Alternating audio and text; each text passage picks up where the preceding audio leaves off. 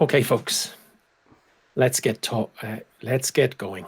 Alrighty. So today, what I'm going to talk about is the future of work is people, not technology.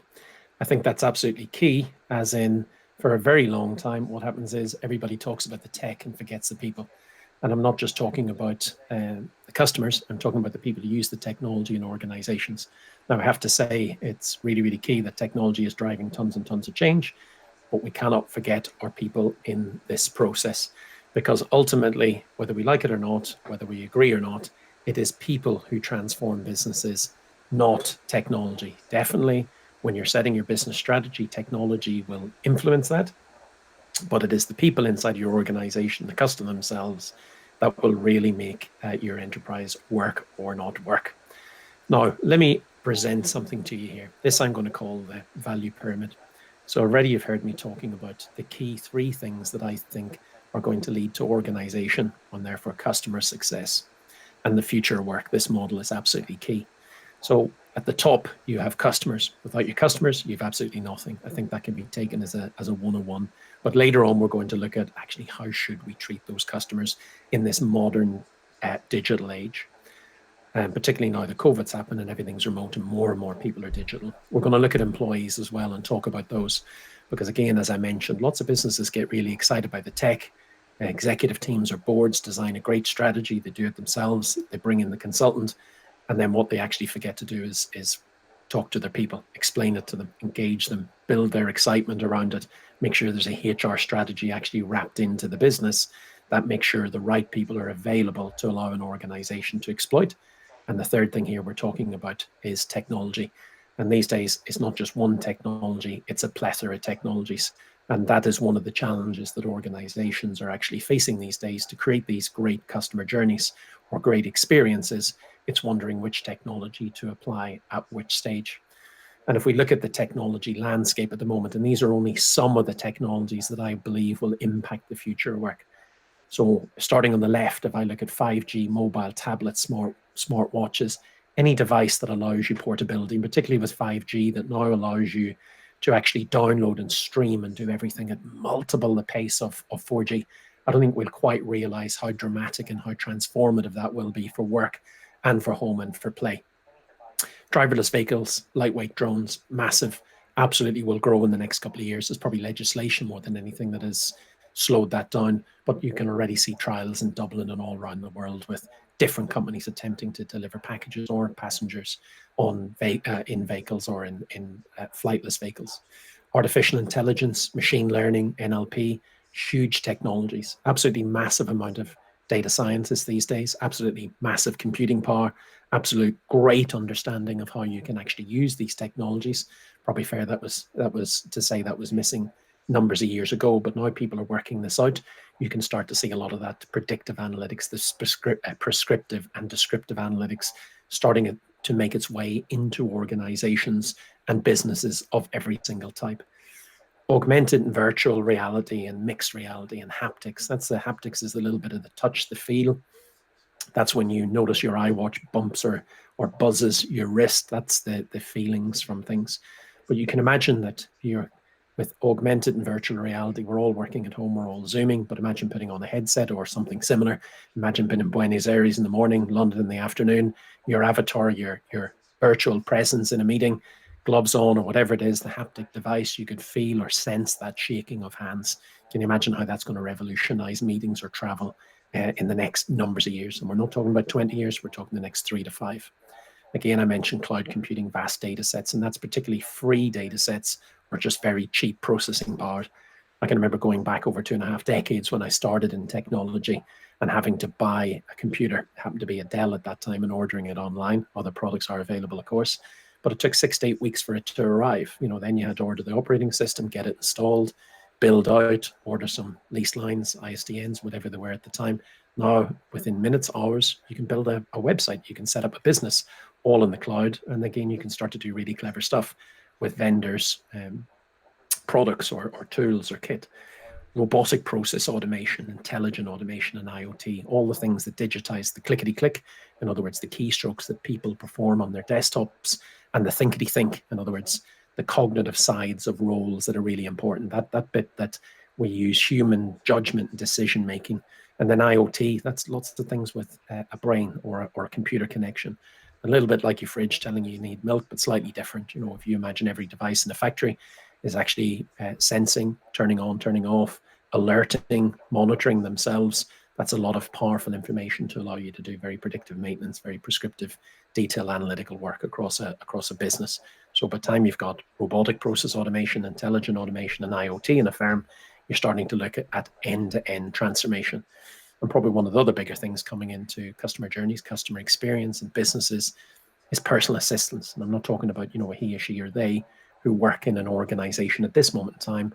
What I'm talking about is a digital personal assistant. So we're all used to Alexa, we're all used to Siri and others, but they're only at the cusp. They're only at the very start of what they're doing. Nice to hear a joke, nice to hear the weather. You start to see over the last couple of years, start to do more complex things. Well, literally, I can't wait to see in the next couple of years where I end up with a digital twin, or customers use that digital twin to engage with the business. So you could end up in that crazy space where a robot's dealing with a robot or a virtual agent. But if you can imagine, that's something I would get excited about, a virtual agent coming in, working with me. That'll double or treble my productivity if they can take care of all the stuff that takes my time, organizing flights, booking meetings, refixing agendas, building decks, all the types of things that would be really, really useful. And voice agents and voice search absolutely going to impact Google and absolutely becoming a massive, massive thing. I think I have 3 Alexas alone in this house, just connecting all the little bits and pieces together. And I do ask questions and do start searches on that device. You can imagine there's a great number of people in this world who are doing the same thing. But what do all these technologies mean for work and marketplaces? And again, even play. But if we're looking at the world of work, we're talking about new digital workplaces emerging. So if you look to the left-hand side of this diagram, and remember, folks, this will be available afterwards, this tech. Before we were dealing the last numbers of years or years before in very analog terms. People were actually manually or clerically processing, inputting, answering queries, triaging questions that come in, a little bit of decision support and a little bit of advice coming out the other end. Then you start to introduce, cognitive or automation tools. And I would argue here that they should be introduced best by augmenting people, not replacing people. And all of a sudden you move to this new digital cognitive world that's driven by digital tooling, intelligent automation, data analytics. So all of a sudden you've got robotic process automation, chats and blogs replacing the processing and the querying answers, the FAQs. And the FAQs aren't always answered inside of the business because they can be answered on online or self-service communities. You've got analytics allowing you to do predictive and prescriptive fixing of things. You've got predictive and prescriptive advice can happen. So if I run the analytical model and I know what's going to happen, I can all of a sudden get that fix in place before someone is aware they even need the question answered. Imagine that as customer service. But what we're talking about is using great technology to transform work, to use that digital, that AI, that analytics, that intelligent automation to encourage people to move from what is arguably today 20% value add to 80% value add in the workplace. And that is organizations out there who are really using this tooling, this technology to do amazing things. But these amazing things, as I mentioned earlier on, cannot, won't, shouldn't happen without a great customer experience. And that great customer experience requires people who understand the customers. Definitely technology is the enabler, as I mentioned, the chatbots, the AI, the data analytics and everything else. But those tools should be implemented where automation or intelligent automation or analytics makes sense. The data analytics and helping make decisions or prescriptive and predictive diagnostics for equipment or for relationships or for service or whatever. But you need the people at the moments that count. I can't imagine a machine giving me doctor advice. I can't imagine a machine if I'm in the middle of a car accident, God forbid, dealing with my query. I may want to take a picture of the accident scene. I may want an OCR engine scanning that image, looking through all of the crash scene, typing that up in the back end, working out how much it's going to cost me to get the vehicle repaired, booking me into the garage, sending a replacement vehicle, or booking me into a hotel, depending where I am when it works out the GPS coordinates. I want all that to happen automatically because this day and age it can. But if I want to talk to a person, then I want that empathy, I want that emotional and social intelligence, I want that cognitive flexibility. I don't want a robot that says yes and no. I think we're all experiencing some of the very best of chatbots and some of the worst of chatbots. That cognitive flexibility that people use is absolutely key. That creative and innovative mindset, we should never look to replace that. The judgment and decision making that we rely, great trained SMEs. And that's the key thing. It's not about just giving people technology and putting good people in place. It's about creating great people, making brilliant SMEs who can handle customer queries when they get to them, those key moments of truth that we're all aware of, that they can help and make great decisions.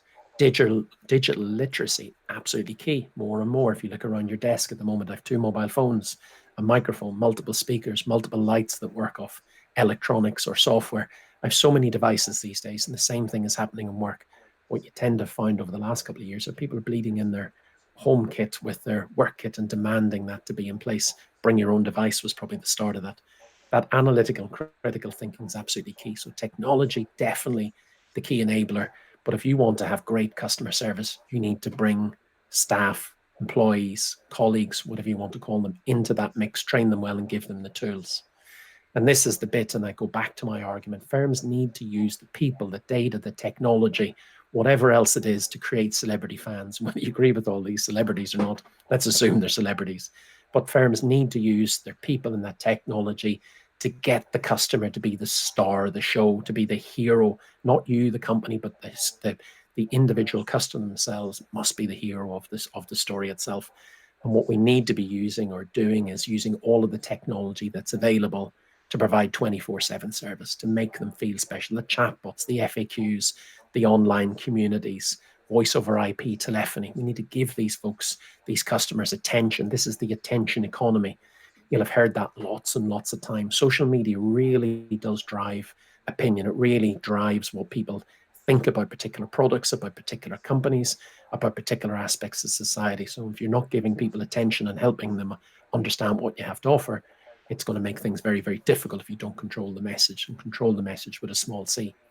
Special treatment and status is absolutely key. Imagine you can start to use data analytics to work out who is your most productive or profitable customers, working out your customer lifetime value by using predictive and prescriptive modeling or data analytics, and all of a sudden offering them messages, offering them rewards or whatever it needs to be to make sure that they feel they are central to your organization story. Because if they don't feel that they're getting value out of you as an entity or as an organization, in this day and age, it's as quick as a click to move to the competition, and therefore to use all of the analytics and the people in the organization to evidence and bring value to that relationship is absolutely key. And as I mentioned, because we're in a social economy, you need to create that sense of a community. And that's the great bit with blogs and chatbots and Facebook and LinkedIn or whatever it is, Instagram, Snapchat, you name it, whatever it is where your community is occupies whatever space that is, there you need to be using the technology to bring that wonderful customer experience. But what do we mean? Well, as I mentioned, technology and digital have changed. Social and search are now online.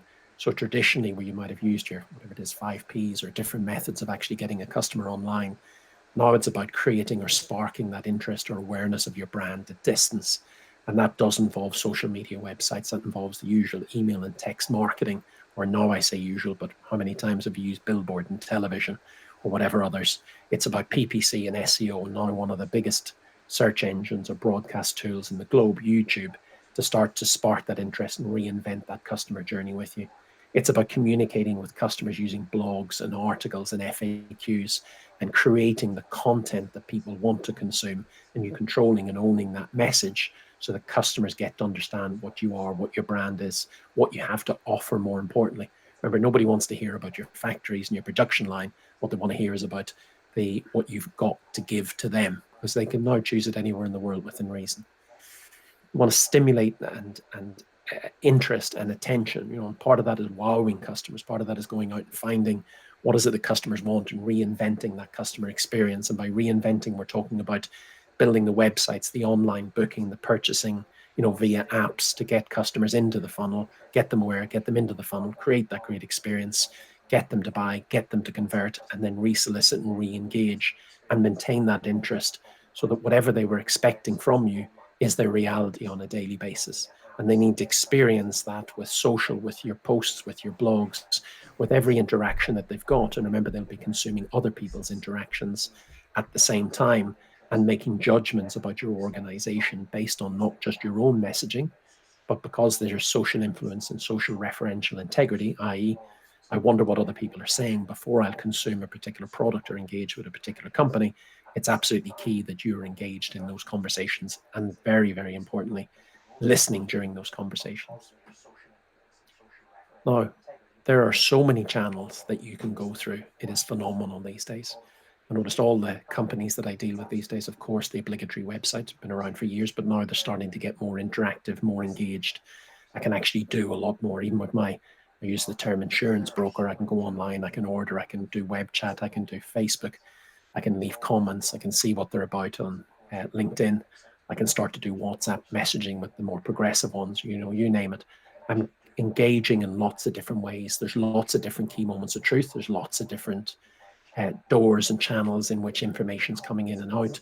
And therefore, what I want to be using again is providing information to my colleagues, to the people who make the enterprise. I want to look at the feedback from customer journeys. I want to recording intercepts, button pressing, ratings, reviews. I want to measure that customer experience at every relevant point. If things don't go well, remember I talked earlier on about predictive and prescriptive analytics. That's using data to determine patterns of behavior that are likely to happen, and therefore we should likely intervene in those stages.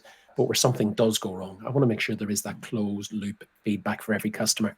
I want to use analytics, as I mentioned, to predict churn if I'm an insurance broker or a company.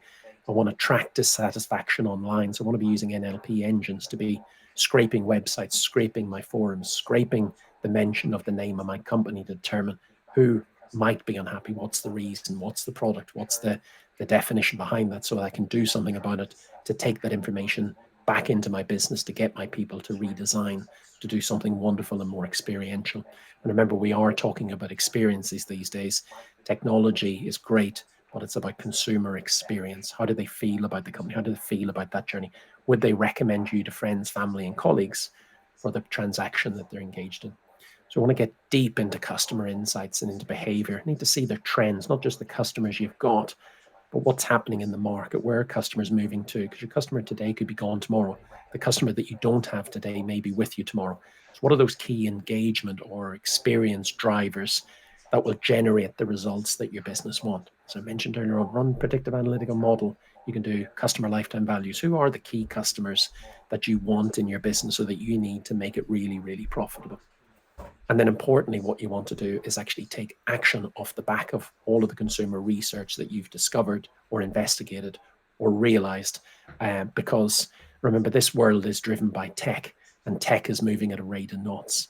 And that makes things a little bit more ambiguous. It makes it a little bit more uncertain. And it makes customers have that little bit less patience with the firm. Where I would have waited 25 years ago, 6 weeks to get a PC, I'm now hardly willing to wait 3 days until someone delivers that PC or that server through my door. So again, action in terms of creating a business that actually works and moves it with agility, and action when it comes to reacting to customer behaviors, to moves, to trends, to needs or whatever else, to their complaints, to their dissatisfaction, absolutely has to be key and central in your mind. So all this sounds really, really interesting, and all this sounds as if this could be quite a difficult place to be. But there are organizations out there who have used technology, number one. And I'm going to introduce you to Lemonade in a moment, a company bought by Google in the last couple of years for about 3.3 billion, if not even more. And this is about using technology that people are using today. Mobile phones, apps. I mentioned 5G earlier on. This is about using big data sets. So fill in just enough information. Let me go out around the internet and collect all the information I need to get access to you as a customer to be able to predict or price product, in this instance, this insurance. And I want to use chatbots and OCR and scanning and all those other tools that I can use to create a fabulous customer experience. So let's see Lemonade just for a moment, an insurance company in the US. It's a renters policy group, so you can buy some cover for kit that's in your house. Now, again, look at this for a moment and tell me, is this a fantastic customer experience? You've used the technology. They've really well trained their people in the background as well. So it's not just tech, as I mentioned. And then this is for social purpose as well. So they allow the customers or the people who are buying the insurance from them to actually suggest if they make a certain amount of money and they make more profit, then they give the money to charity. So this is people, technology, and purpose as well. Let's hope this works. If it doesn't, I'll disconnect the screen and do this quite manually.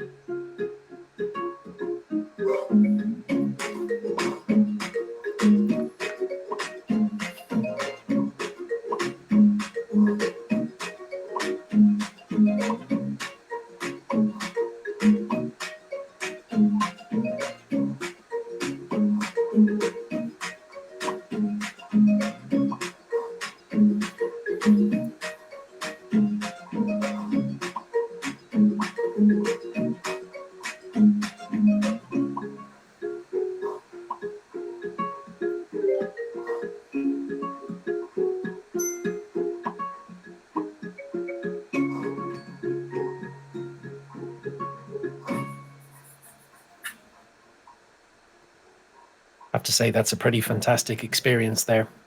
What might be considered one of the oldest industries, insurance, been around for hundreds of years. And now you'll notice there was mobile, there was app, there was taking picture images, there was digital signatures, there was chatbots, there was using video engagement to allow people to talk just in real time or record their voice. And then behind that is actually voice analytics and a whole lot of other things to determine whether people are being clear about what they've maybe lost or not. So if I start to come toward the end of the presentation, then I'm going to start to answer some questions and I'll come on screen in a moment. It's interesting when people ask, what is it that companies need to do, or what do they need to ask themselves in this customer first? And I'm deliberate about that, this customer and staff first digital age. Well, the first thing organizations should be asking themselves is, what is their digital strategy? Yes, definitely technology will inform that strategy and inform companies how they should be progressing forward, usually probably online. But first things first, you need to have a business strategy before you have a digital or an automation strategy. You need to work out, where do you want to play and where do you not want to play in the marketplace? How are you going to provide something that customers are going to value and desire and want and to be willing to pay a premium for, so that you can deliver that in the mode that they will want? Chances are these days it'll be some technology offering or some technology delivery. So this is, how do you meet customers' needs? Seems like an easy question. We just give them a product. But in this day and age, as I mentioned, there's so many different channels. There's so many different ways customers want to engage. Customers don't always want to engage when we want to engage. So what is the partnership? And I mean the transparent partnership. Customers are more ethical these days. You start to see, as I mentioned, Lemonade, very clear about how much they make and very clear how much money they're giving to charity. And you'll see a lot of things about supply chains and where products are mentioned. Customers want that. They want you to be available. They want you to be transparent.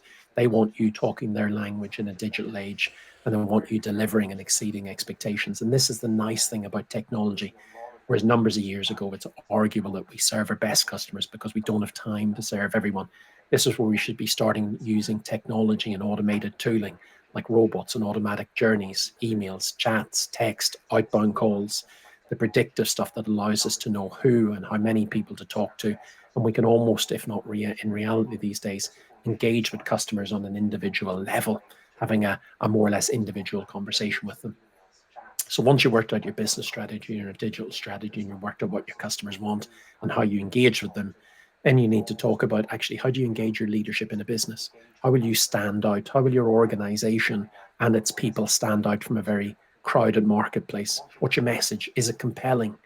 And that's the thing these days with a global economy, with so many websites, so many firms, all saying kind of the same thing, then it's more and more difficult to stand out. Where you may have stood out in the high street when people can look through a window, no longer can they do that today. You're looking at a digital window. Culture. Is our organization ready? This is great understanding that you've got a digital strategy. Absolutely fantastic. But that doesn't mean you're actually ready to shift digitally. Have you got your people ready? Have you sold the story? Have you pointed out the bright, shiny future that people want to be part of? Or are you telling your people inside your organization, look, we've just hired a new chief digital marketing or chief digital officer, and they're so much better than the current staff? Talk about disengaging people straight away. It'd be phenomenal. I would argue, if your HR strategy isn't linked to your business strategy, that isn't linked to your digital strategy, your HR strategy has actually failed, as is that team.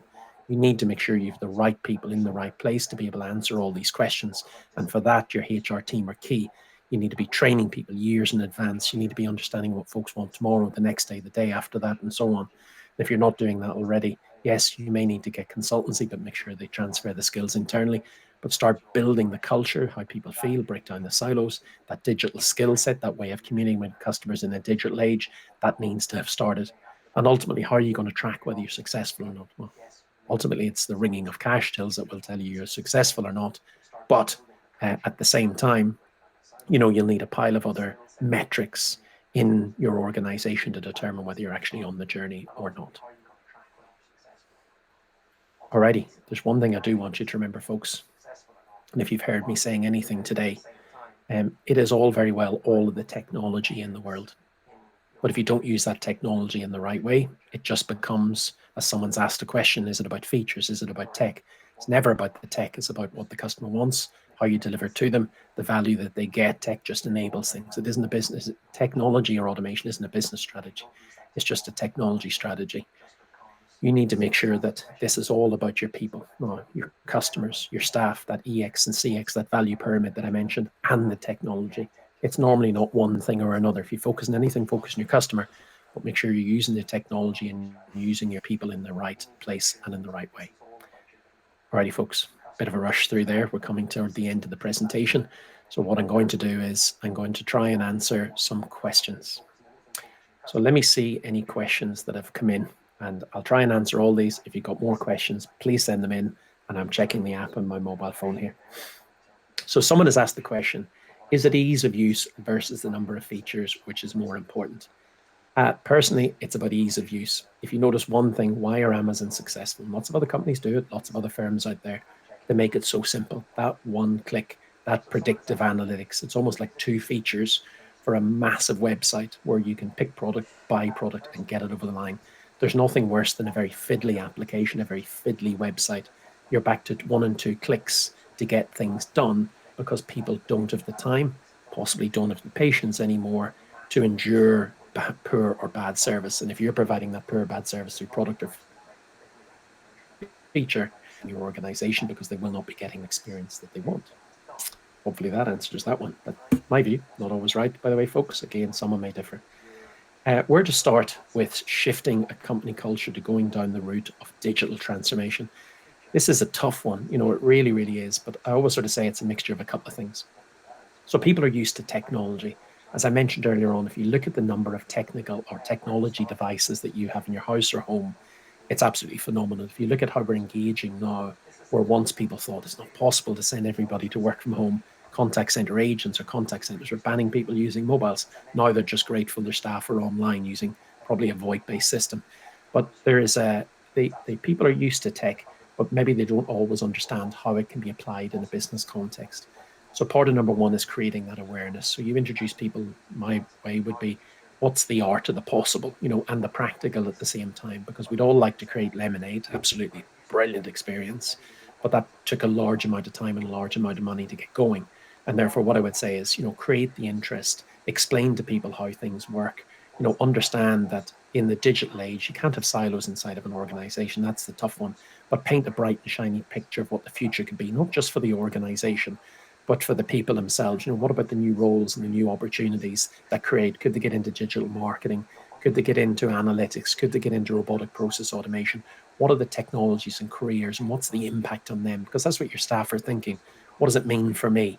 And if you do need to bring people in, don't complain that your current staff haven't got a clue, aren't aware. Make sure your HR strategy and everything's wrapped around it. Paint the shiny picture, bring them along, listen to it, start somewhere. To some degree, you don't want to lose your shirt or lose lots of money. Don't bet the bank. But as long as you start somewhere, create a great initiative, video the outcome from the customer or the staff member's point of view, and play it to your staff, and have the next transformation or automation item leaned up, and go again and again and again. But just one air of caution: bring your chief financial officer in. Get them to build the business case around this as well, because there's nothing worse than losing a great deal of money for no tangible benefit. And then constantly through, as I mentioned, all of the touch points with your customers, seek continual feedback and play that back into your organization as well. Next one: how do you communicate to the traditional thinkers that don't want to move away from a new digital strategy. Okay, 30 seconds then. There's an old phrase that says, if you can't change the people, change the people. That's kind of lazy thinking, but ultimately might be the case. What I would recommend is, again, it's that storytelling, it's that painting that bright, shiny future. It's getting them engaged and accountable for the work that's being delivered. And I always put an executive in charge of every initiative. They have to explain it, they have to sell it, they have to deliver it, and whatever else. And if people having painted the bright, shiny picture, clearly articulated why and what you need to do, and the future of the business and their bright and shiny future, if they still won't move, it may be time to move the people into a different bus in a different organization where they're maybe that little bit happier. Everybody's got a great opportunity to work somewhere. Some firms just may not be right or may not be right now. Folks, look, I appreciate all your time. I recognize that was pretty speedily delivered, but people, technology, and customer together create a value pyramid in this new digital age. Any one of those that's imbalanced, you run the risk of failing. I wish you every success. I hope you have a fantastic conference, and I'll see you again soon. Thank you so much for taking the time to listen.